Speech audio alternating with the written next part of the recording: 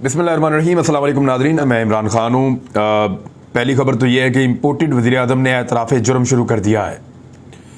यानी जो उन्होंने पाकिस्तान के साथ किया, अब उनको एहसास हो रहा है कि वो उन्होंने गलत किया, और साथ ही साथ उनको इस बात का भी आइडिया हो रहा है कि उनके साथ भी कुछ अच्छा नहीं होने जा रहा। यानी ये सारा बोझ जो इमरान खान साहब ने एक मखसूस अंदाज में अपने कंधों पर उठाया हुआ था और मईशत को स्टेबल करके चल रहे थे, उस वक्त उनको बहुत सपोर्ट मिल रही थी इमरान खान साहब को।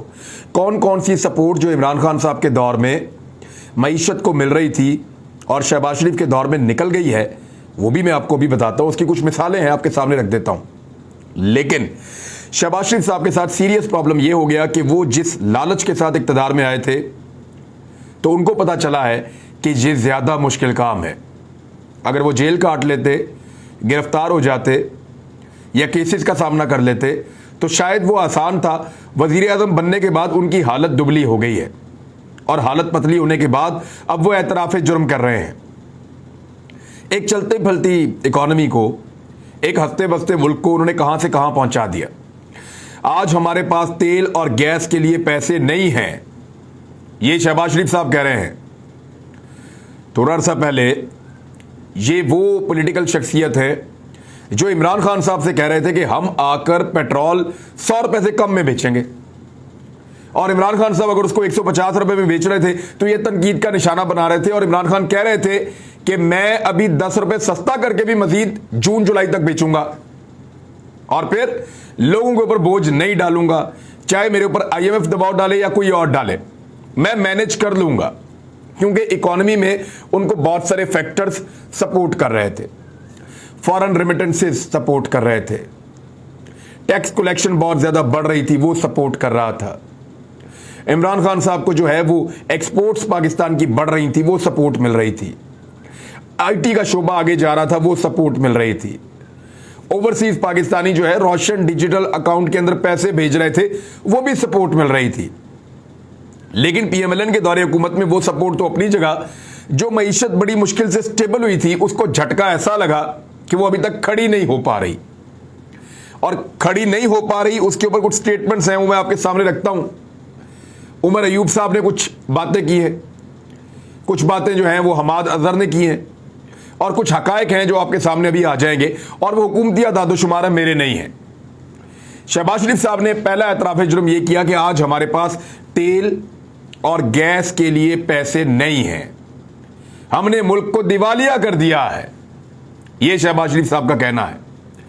अपने मुंह से कह रहे हैं एक तकरीब में कि हमने मुल्क को दिवालिया कर दिया है, आज हमारे पास तेल और गैस के लिए पैसे नहीं है। हालांकि इल्जामात वो इमरान खान साहब के दौर पर डालते हैं, लेकिन शहबाज शरीफ साहब मिन्नत तरला क्या कर रहे हैं, जरा इस पर जरा गौर करें।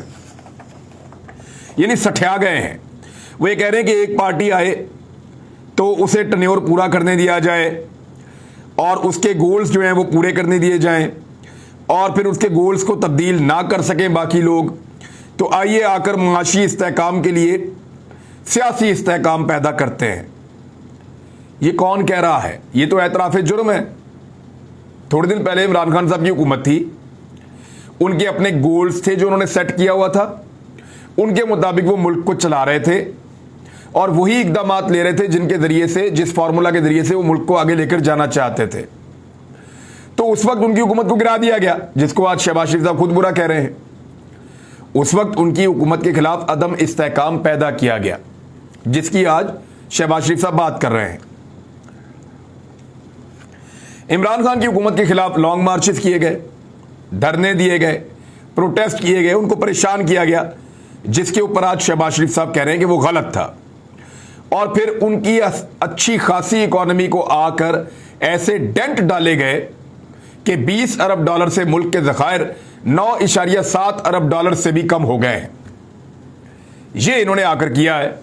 वो कहते हैं ये नहीं होना चाहिए, यानी अगर ये हुकूमत में हो तो कुछ नहीं होना चाहिए, अगर कोई और हुकूमत में हो तो ये जितनी मर्जी हुल्लड़बाजी करें, जितना मर्जी शोर शराबा करें, जितना मर्जी बिला जवाज एहतजाज करें। यानी इमरान खान के दौर में जो महंगाई थी, उस पर महंगाई मार्च हुआ, उसका दौर खत्म हुआ, उससे ज्यादा महंगाई आ गई। ये क्या किया आपने मुल्क के साथ, और जो करने वाले हैं ना, उनका तो बहुत शुक्रिया।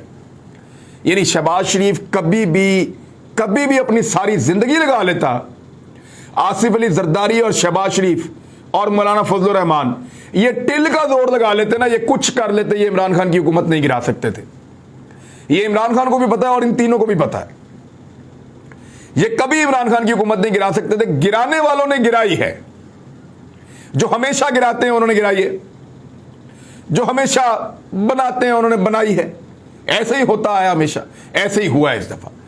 लेकिन हर दफा उन्होंने जब निकाला तो किसी करप्ट को, किसी बेईमान को, किसी फ्रॉडिये को निकाला। इस मर्तबा जिसको निकाला पूरी कौम बाहर निकल आई कि भाई ये किसको निकाल दिया, पहली दफा काम का आदमी आया था इस मुल्क में। और हमेशा कोशिश करते हैं ऐसे आदमी को लाया जाए जो मुल्क के लिए अच्छा हो। इस दफा जिसको लाए उसने मुल्क का बेड़ा गर्क करके पहले दिखाया था इन्होंने, और आने के बाद दोबारा मुल्क का बेड़ा गर्क कर दिया। आज जो ताकतवर लोग हैं वो बताएं ना, जवाब दें इस बात का कि पेट्रोल 150 रुपए का अच्छा था या 210 रुपए का अच्छा है, अभी और बढ़ने वाला है। घी जो है वो 300 रुपए का अच्छा था या 600 रुपए का अच्छा है, अभी और बढ़ने वाला है। आटा जो है वो पहले अच्छा था या अब अच्छा है। दवाइयां पहले अच्छी थी या अब अच्छी हैं। हर चीज ज्यादा कीमत पे। बिजली का यूनिट पहले अच्छा था या अब 8 रुपए एक बढ़ाया, पहले अलग बढ़ाया, कोई 11-12 रुपए इन्होंने यूनिट की कीमत बढ़ा दी है या अब अच्छा है। गैस उसकी कीमत पहले अच्छी थी या 45% का इन्होंने यकमुश्त इजाफा किया है गैस की कीमत में, या अब अच्छी है।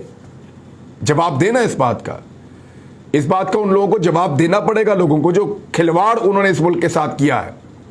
और वो लोग जो जमानतों पे हैं, वो लोग जो मुल्जिमान हैं, वो लोग जिन पे करप्शन के संगीन इल्जामात हैं, वो लोग जो आज तक मनी ट्रेल नहीं दे सके, वो लोग जो करप्ट हैं, वो लोग जिनके ऊपर केसेस चल रहे हैं, उनको लाके हुकूमत में बैठा दिया। और निकाला किसको? जिसके ऊपर एक भी केस नहीं है। तो ये जाती अना और जिद का एक मामला है जो यहां तक पहुंच गया है बदकिस्मती से। बहरहाल शहबाज शरीफ साहब अब एतराफ जुर्म करना शुरू हो गए हैं। आज हमारे पास तेल और गैस के लिए पैसे नहीं है, हमने मुल्क को दिवालिया कर दिया है। बहुत शुक्रिया मियां साहब। मुल्क को दिवालिया करने के बाद अगर और कोई कसर रह गई है तो वो भी आप निकाल लें और उसके बाद आप इलेक्शन अनाउंस कर लें। इस कौम की पसली बड़ी मोटी है और ये कौम जो है ये इस दुख को भी बर्दाश्त कर लेगी और इस तकलीफ को भी बर्दाश्त कर लेगी। जो मार आपने इस कौम को मारी है, ये कौम इलेक्शन में उसका बदला लेगी। चाहे आप इलेक्शन आज करवाएं, चाहे आप इलेक्शन 1 साल के बाद करवाएं, ये कौम बदला लेगी। और मेरी इंफॉर्मेशन के मुताबिक अक्टूबर में इलेक्शन हो जाएंगे, क्योंकि कोई भी इतना रिस्क बड़ा नहीं ले सकता कि नवंबर वाली तैनातियां जो हैं वो ऐसे हुक्मरानों से कराएं जिन्होंने पाकिस्तान का बेड़ा गर्क करके रख दिया है। ऐसे लोगों से कराएं जो नॉन करप्ट हैं, जिनके ऊपर आलमी अखबारात के अंदर, दुनिया भर के अंदर खबरें छपी हुई हैं। ऐसे बंदों से इतने अहम तरीन ओहदों की तैनातियां करवाना पाकिस्तान की तौहीन होगी, उन ओहदों की तौहीन होगी। लोग ये समझते हैं। रिटायर फौजी जो है उनमें बेचैनी है, इदारों के अंदर जो लोग मौजूद हैं उनके अंदर बेचैनी है कि ये क्या कर दिया है पाकिस्तान के साथ। एक बदकिस्मती है मुल्क की, जिन्होंने कर दिया उन्होंने कर दिया। और जब ये हुकूमत आई थी बड़ी तारीफ की गई थी। जब ये हुकूमत आई थी तो ये कहा गया था कि कमाल काम कर दिया इन्होंने, और इनके आने के बाद डॉलर भी सेट हो गया और मार्केट भी सेट हो गई। तो अब देना जवाब, डॉलर किधर है? 4 रुपए 25 पैसे कीमत कल बढ़ी है एक दिन के अंदर। देना इसके ऊपर जवाब, बताएं आप। ये बताएं कि ये जो इस्तेकाम आ रहा था स्टॉक मार्केट में, मार्केट कहां जा रही? रोजाना मंदी नीचे से नीचे जाती है। उधर शौकत तरीन साहब का तरला मिन्नत किया ताकतवर हल्कों ने, और उनको यह कहा गया कि जनाब मदद करें। लेकिन उसमें मीटिंग में हफीज शेख को बुलाया गया था, मिफ्ता इस्माइल को बुलाया गया था, रजा बाकर को बुलाया गया था। तो उन्होंने कहा कि हमारी हुकूमत होती ना तो नौबत यहां तक ना आती। मैं साफ बता रहा हूं, यानी शौकत तरीन ने बड़ा क्लियरली द रिपोर्टर प्रोग्राम में इंकशाफ किया कि कुछ हफ्ते कबल मुख्तदर हल्कों ने मुझे मिफ्ता इस्माइल की मौजूदगी में मीटिंग में बुलाकर कहा कि हुकूमत के साथ मिलकर IMF को राजी करें, और मैंने साफ इनकार कर दिया। मैं उनकी बात नहीं माना। उन्होंने ये बताया कि मैंने ये कहा कि हमारी हुकूमत होती तो ये नौबत कभी ना आती, और ये उससे पहले यही शख्सियत यानी शौकत तरीन साहब ये जाकर ताकतवर हल्कों को ये बता चुके थे। इवन इमरान खान साहब ने आर्मी चीफ को आगाह किया, और उसके बाद बाकायदा इनको भिजवाया गया, इन्होंने जाकर वहां ब्रीफिंग दी और बताया कि अगर कोई एडवेंचर इस मुल्क के साथ किया गया, बड़ी मुश्किल से इकोनॉमी को स्टेबल किया है, ये एकदम डिप डाउन हो जाएगी, इसकी कमर टूट जाएगी, ना कीजिएगा, ऐसा कोई तजर्बा ना होने दे मुल्क में। लेकिन वो न्यूट्रल थे, उनके न्यूट्रल होने की वजह से पाकिस्तान यहां तक पहुंच गया और उन्होंने कहा कि अब बुरी हुकूमत ले आए तो मैं मदद करने के लिए तैयार हूं। इस इंपोर्टेड सरकार की तो मदद मैं नहीं करूंगा। शौकत तरीन जैसा बेहतरीन आदमी भी अड़ गया, उन्होंने कहा मैं होता तो ये ना होने देता, लेकिन आपने हमें निकाला है तो इस इंपोर्टेड सरकार की कोई मदद नहीं करूंगा, साफ जवाब देकर आया। और साथ ये भी कहा कि अगर आप अबूरी हुकूमत अभी ले आए, निगरान सेटअप, तो मैं उनकी मदद करने के लिए तैयार हूं, उनको पूरी मदद दूंगा। इसके अलावा एक और खबर है और उसमें बड़ा क्लियरली जो है वो उन्होंने कह दिया उमर अयूब साहब ने, और उन्होंने कहा कि एनर्जी सेक्टर किसी भी वक्त गिर सकता है। हुकूमत की जो हिकमत अमली है इंतहाई बदतरीन है, बद इंतजामी की एक मिसाल बन चुकी है ये हुकूमत, और किसी भी वक्त ये पूरा का पूरा सिस्टम धड़म से बैठ जाएगा और पाकिस्तान को नाकाबिले तलाफी नुकसान पहुंचेगा। शहबाज शरीफ का एक अजीबोगरीब स्टेटमेंट सुने, उन्होंने कहा हमारे मुल्क के साथ बड़ा जुल्म किया गया है, मुल्की कोयले के होते हुए इंपोर्टेड कोयले के प्लांट लगाए गए हैं। और मियां साहब खुदा का वास्ता, आपके हाथ जोड़ के आपको मना किया था कि साहिवाल में इंपोर्टेड कोयले का कोल पावर प्लांट ना लगाएं, लेकिन आप बजिद थे कि मैंने लगाना है। पता नहीं कौन सी आप लोगों को कमीशनें मिलती हैं उनके अंदर, जबरदस्ती इतना महंगा कोयले का प्रोजेक्ट लाके साहिवाल में लगाया, साहिवाल का पूरा एनवायरनमेंट तबाह करके रख दिया, और साहिवाल में पावर प्लांट लगा के जो ज़रूरी जमीन है उसको जाया किया, और 35 रुपए यूनिट वो बिजली आज बना रहा है। उसका सालाना नुकसान जो है वो 140 अरब रुपए है। मियां शहबाज शरीफ साहब, ये आपने किया था जुर्म, ये गुनाह आपका था जिसकी सजा ये कौम भुगत रही है, और आप बैठ के वहां पे लेक्चर दे रहे हैं और आप बैठ के ये कह रहे हैं कि ये क्यों किया गया। ओ भाई, आपने किया, आपने जवाब देना है, ना हमने किया, ना हमने इसका जवाब देना, ना किसी और हुकूमत ने किया, ना किसी और हुकूमत ने इसका जवाब देना है। ये जो इंपोर्टेड कोयले के महंगे तरीन मंसूबे लगाए हैं, ये शहबाज शरीफ और नवाज शरीफ साहब ने लगाए हैं, और उनकी वजह से महंगी बिजली बनती है। पाकिस्तानी कोयला इस्तेमाल इन्होंने नहीं किया और उसके पावर प्लांट इन्होंने नहीं लगाए। दूसरी जानिब एक पेपर आजकल पेश कर रहे हैं लोग मार्केट में कि ये IMF के साथ पाकिस्तान तहरीक इंसाफ का मुआहदा है और इसके मुताबिक पेट्रोलियम मसनूआत की कीमतें बढ़ानी थी। ये पेपर बिल्कुल गलत है, ये मुआहदा नहीं है, ये सिर्फ एक मुबैना तौर पे उनकी रिपोर्ट है IMF की, ये मुआहदा नहीं है। वो मुआहदा लेकर आए कहाँ, उसके अंदर लिखा हुआ है कि पेट्रोल की कीमत बढ़ानी है। वो एक रिपोर्ट है जिसको वो शो कर रहे हैं। डॉलर इस वक्त 207 रुपए तक पहुंच चुका है। आप अंदाजा करें कि बिजली कितनी महंगी होने वाली है, अंदाजा करें कि पेट्रोल और कितना महंगा होने वाला है। और इस सूरत हाल में भी इनको फिक्र पब्लिक की नहीं है, इनको फिक्र इस बात की है कि पंजाब का ज़िमनी इंतखाब कैसे जीतना है।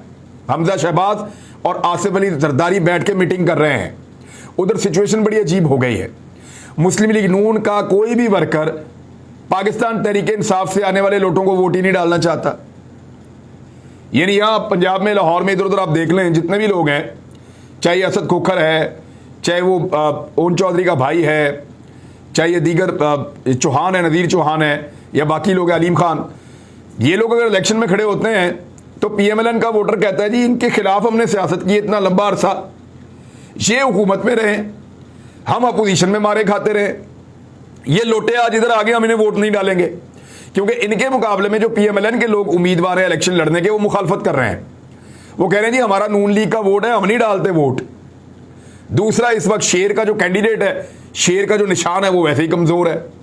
जितना शेर खा गया, लोगों की बिजली खा गया, पैसे खा गया, पेट्रोल खा गया, आटा खा गया, चीनी खा गया, शेर भूखा था 4 साल का, हर चीज खा गया, तो शेर के निशान से वैसे ही सारे डर रहे हैं। दूसरा प्रॉब्लम ये है, तो अब ये लोग जब शेर का निशान लेकर आएंगे, एक तो PMLN का वोटर इनको वोट नहीं डालेगा, दूसरा लोटे के इमेज के साथ इलेक्शन लड़ना बहुत मुश्किल हो जाता है। ये तो हल्कों में निकल नहीं पा रहे, तो इलेक्शन कैसे लड़ेंगे। तो ऐसी सूरत हाल में धांधली का बड़ा शानदार मंसूबा बनाया गया है। जितना नौजवानों का वोट है, उन वोटों को इन हलकों से बाहर निकाल दिया गया, क्योंकि इनको इस बात का आइडिया है कि नौजवान वोटर जो है वो वोट डालता है ज़्यादातर पाकिस्तान तहरीक इंसाफ को, लिहाजा उनका वोट निकाल दिया जाए। इस पे हारून रशीद साहब ने भी एक रिपोर्ट किया है कि नौजवानों के हर हलके से 50% से ज़ायद वोट दूर दराज इलाकों में मुंतकिल किए जा रहे हैं। सर्वे हुए हैं कि 90% वोटर्स इमरान खान के हैं। आइंदा इलेक्शन में इलेक्शन कमीशन धांधली की क्या बड़ी वारदात कर रहा है, ये पूरा इसके ऊपर एक सिनेरियो बनाया है और मैंने भी इस पे बात की है, हारून रशीद साहब भी कर रहे हैं, डिफरेंट सहाफ़ी इस पे बात कर रहे हैं और ये मामला बहुत उठाया भी गया है।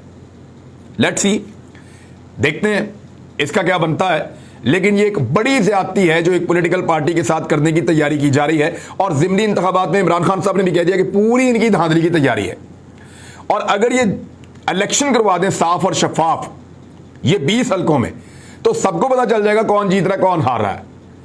यानी इन 20 में से 18 हलकों में जीत जाना पीटीआई के लिए कोई मसला नहीं होना चाहिए, क्योंकि यहां लोग ये लोटे बाहर ही नहीं निकल सकते इलेक्शन लड़ने के लिए, हालात इनके इतने पतले हैं।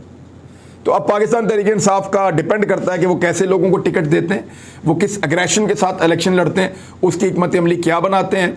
इमरान खान साहब ने एक मुतालबा किया है, वो पूरी कौम का मुतालबा है कि गुस्ताखाना बयान हुकूमत भारत से कारोबार और ताल्लुकात ख़त्म करे। इमरान खान साहब के दौर में तो ये ख़त्म थे, लेकिन शहबाज शरीफ साहब ने दोबारा उनके साथ कारोबार शुरू किया था और उनके साथ एक सिस्टम बनाया था ट्रेड का।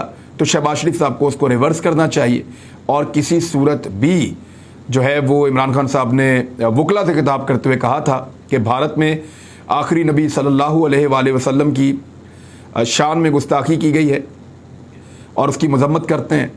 भारतीय मसनूआत का बाइकआउट करने की इमरान खान साहब ने अपील की है। भारतीय हुक्मरान जमात बीजेपी रहनुमा की जानिब से जो गुफ्तगू की गई, जो बातचीत की गई, उन्होंने कहा कि पाकिस्तानी हुकूमत अरब ममालिक की तरह का एहतजाज करे और भारत से कारोबार और दोस्ती ख़त्म करें और तौहीन रसालत के मामले पर सख्त एक्शन लें। इसके अलावा इमरान खान साहब ने वकला को कहा कि मुझे आपकी ज़रूरत है और याद रखिएगा कि वकला अगर इमरान खान के साथ खड़े हो गए, ये वकला इतने ताकतवर होते हैं कि जब ये मुशर्रफ के खिलाफ खड़े हो गए तो ना उसको मुसीबत पड़ गई थी। डिक्टेटर था, ये तो कुछ भी नहीं है, यहाँ तो सामने भी कोई नहीं आता, डिक्टेटर है ही कोई नहीं। सामने तो एक पॉलिटिकल फेस है ना, चाहे कोई कुछ भी गेम कर रहा हो, लेकिन सामने तो एक पॉलिटिकल फेस है। तो जो वकला हैं वो अगर इमरान खान के साथ वाकई खड़े हो गए तो इस हुकूमत को नथ डाल देंगे और मुश्किल पैदा कर देंगे, ये मैं जानता हूं, रिकॉर्ड देख के आपको बता रहा हूं। तो अब तक के लिए इतने, अपना ख्याल रखिएगा, अपने इस चैनल का भी। अल्लाह हाफिज़।